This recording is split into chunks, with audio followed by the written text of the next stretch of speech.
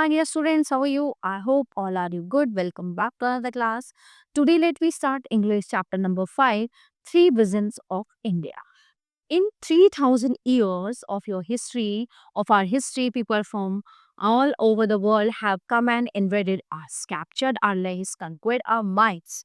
From Alexander I to onwards, the Greeks, the Turks, the Mughals, the Portuguese, the British, the French, the Dutch, all of them came and looted us. है ना? तो क्या कह रहे हैं अब्दुल कलाम जी?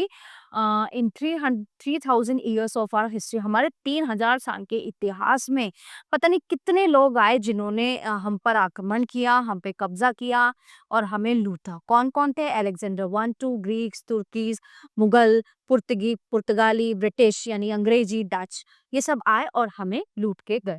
took over what was ours. Yet we have not done this to any other nation. We have not conquered anyone. We have not grabbed their land, their culture and their history and tried to enforce our way to life on that. मतलब India की बात हो रही है, हमने तो कभी कोशिश नहीं की किसी के यहाँ जाने की, किसी का इतिहास बदलने की, किसी को लूटने की। So why? Because we respect the freedom of others, क्योंकि हम दूसरों की आज़ादी की जो है हम सम्मान करते हैं। So that is why my first vision is that of freedom. I believe that India got it first vision of freedom in 1857. Okay, when we started the war of independence, it is this freedom that we must protect and nurture and build. If we are not free, no one will respect us, है ना? अगर हम गुलाम रहेंगे, हम आज़ाद नहीं होंगे तो कोई हमारी रिस्पेक्ट नहीं करेगा।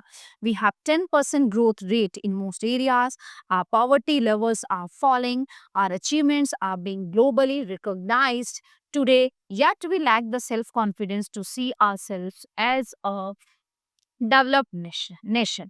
Self-reliant and self-assured isn't this incorrect? My second vision for India is development. For 50 years, we have been a developing nation. It is time we see ourselves as a developed nation. We are among top 5 nations in the world in terms of GDP.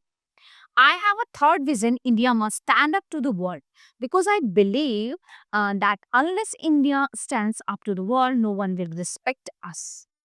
Okay, so only strength respects strength. We must be strong not only as a military power but also as an economic power. Both must go hand in hand. My good fortune was to have worked with three great minds. Dr. Vikram Sarabhai of the Deputy of Space, Professor Satish Dhawan, who succeeded him, and Dr. Brahm Prakash, father of nuclear material.